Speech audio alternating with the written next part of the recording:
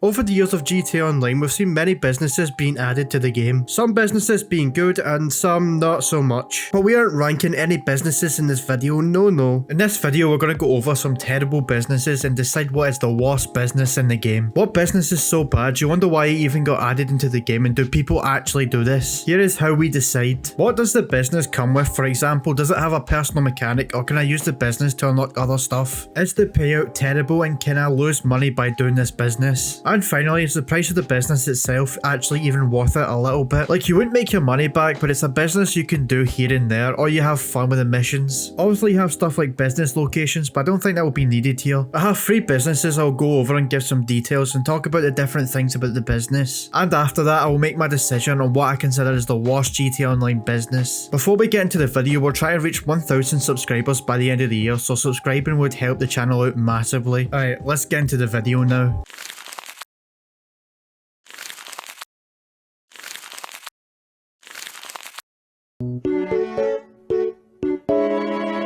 Right, so I thought I'd explain the idea behind this video more and give you more information just to save any confusion. I've already explained the main points of how I'm judging these businesses, but I just need to say this is not only my opinion, but majority of the community is using Reddit. I used Reddit to gather some businesses to put on this list and see what people dislike the most, and used it along with my own opinion. So yeah, that is how it works. If you have a business that you think should have made the video, let me know in the comments and explain why. Now let's get on to the first business.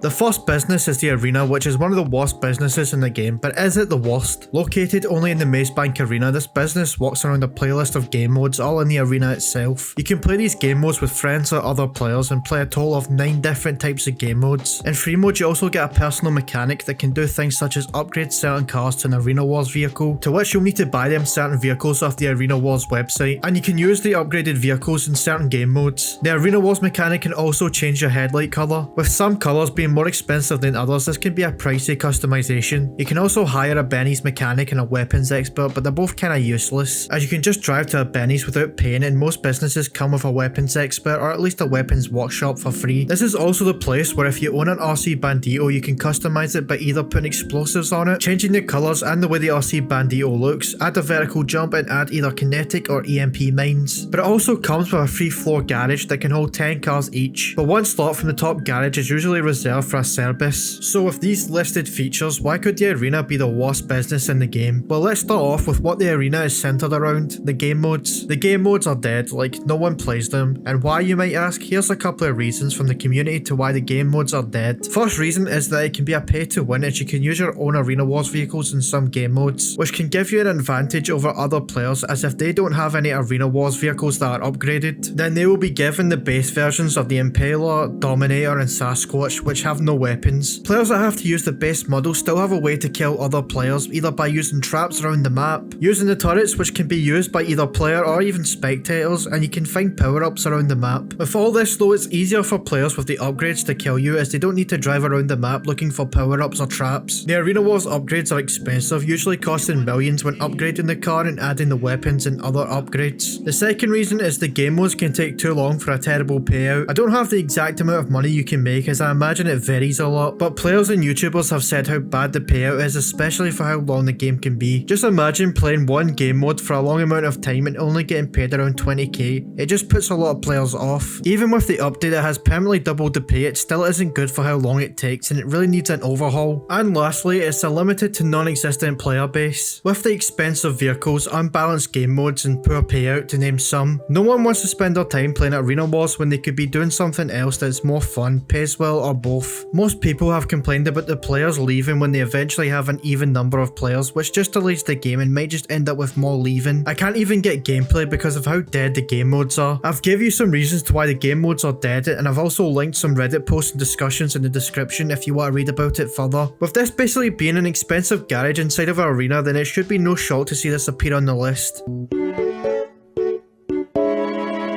The second business is a facility. As a business, it has nothing to offer as there's no way to make money other than doing the Doomsday Heist, which you cannot do solo as you need another person to do it with. I haven't done the Doomsday Heist outside of 2 missions, so I can't say whether it's good or bad, but it does take hours to complete. So if you and some friends are up for a challenge, then I would say go for it. You might end up liking it. But outside of the heist, the facility does have some other features. First, this will be 1 out of 2 places you can store and upgrade the Avenger, which is the 3rd best special vehicle behind the Terabyte and Kasaka. You have access to a strike force team that works similar to calling the mercenaries, but they're better. You'll need to buy the security room to get access to the strike team, along with little bits of ammo and being able to spectate players who are ghost or off the radar. The facility also has a garage where you can hold the Kinjali, the RCV and the Chernobog, which can't go into a normal sized garage unless you do glitches. It also holds the thruster jetpack, which can only be stored in the facility itself. You also have access to the orbital cannon.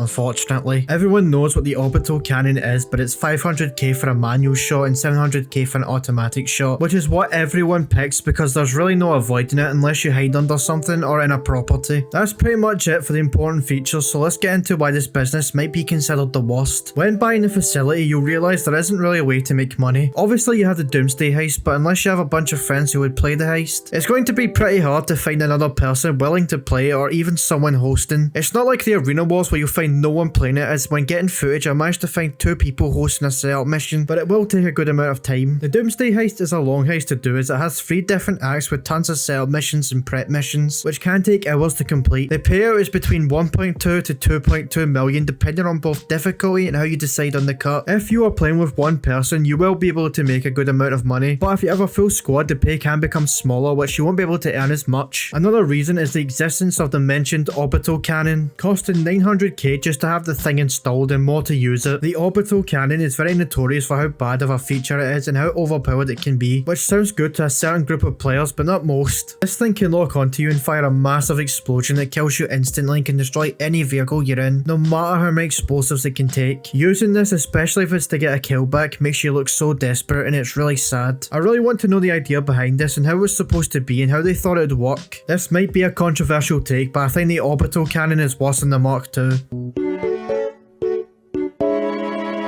And finally, the last business is the document forgery. Released with the other 4 drug farms, and it's definitely the worst out of all of them. With all the MC businesses, they don't come with any other features alongside making money, like garages or any exclusives that can be used or accessed when buying the drug farms. The document forgery is a passive business though, so you don't need to constantly work on it. The document forgery can only make you 20k per hour if you have the upgrades and choose to buy supplies, which is terrible for a business, as there's a lot of ways to make 20k faster. Also, with the document forgery being an MC business, it also adds to the stock of the nightclub, which might just be better than selling the actual business, but it's still a low income for the nightclub. There isn't really any features to talk about, so let's get into why this is a contender. This business can cost up to 1.2 million, and with needing to buy upgrades to even make 20k an hour, it's just not worth the money. I know I wasn't going to talk about locations, but upon further research I kinda need to talk about them. The locations of the document forgery are terrible and they are nowhere near your other businesses other than the most expensive one, which no one is wasting that much money on this business.